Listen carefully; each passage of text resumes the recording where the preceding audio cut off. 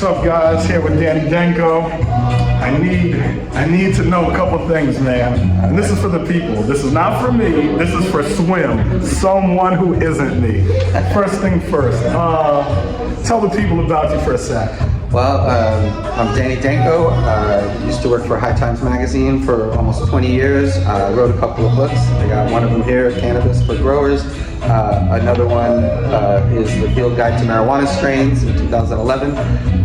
So basically just been working in cannabis all my life, and now we have legal cannabis in New York, so I'm doing that as well, teaching people how to grow and educating people on terpenes and all the different ways to consume and create cannabis products.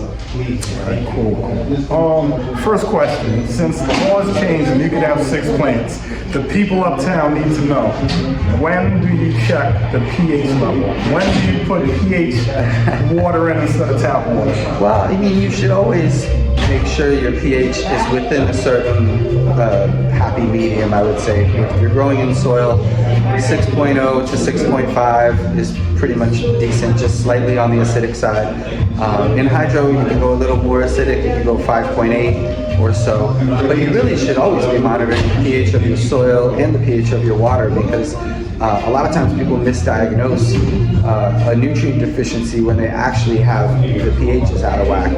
So the nutrients aren't being absorbed. And then they make the problem worse because now they're adding more nutrients, but you already have a toxic environment where those nutrients can't be taken in. So you're compounding the problem and making it worse by adding nutrients. So pH is really, whenever you think you might have a deficiency or something wrong with the plant, check the pH first. And then, you know, if the pH is normal, then you can diagnose that as a deficiency or an overwatering. All right, second question for the people. We got this plant about yay high. What's this, 16 inches, 1.5 feet? When do you go 12-12 from 18-6? Well, you know, you can really decide that for yourself. You just should know that the plant is going to continue to grow after you cut the cycle to 12-12. So when you're going from the vegetative to the flowering stage, you decide when that is. So you can do that after 3 weeks or a month.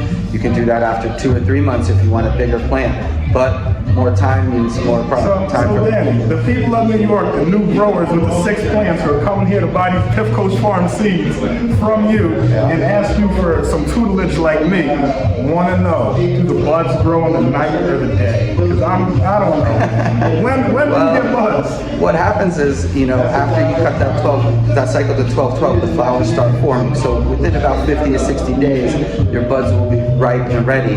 But they take in the light during the day, right? And they take in the nutrients and all that, and they actually do a lot of growing during the nighttime, because that's when they use up the light and the food that they've taken in during the day. Thank you, my man. You answered a lot of things, but here's the last question. Boom. Old school guys doing, say, HPS, not LED. What spectrum HPS would you use? Like how they talk about red and blue. And 3-part question. Would you go black light at night or red light at night? For the lights. Wow. Only for us uptown dudes.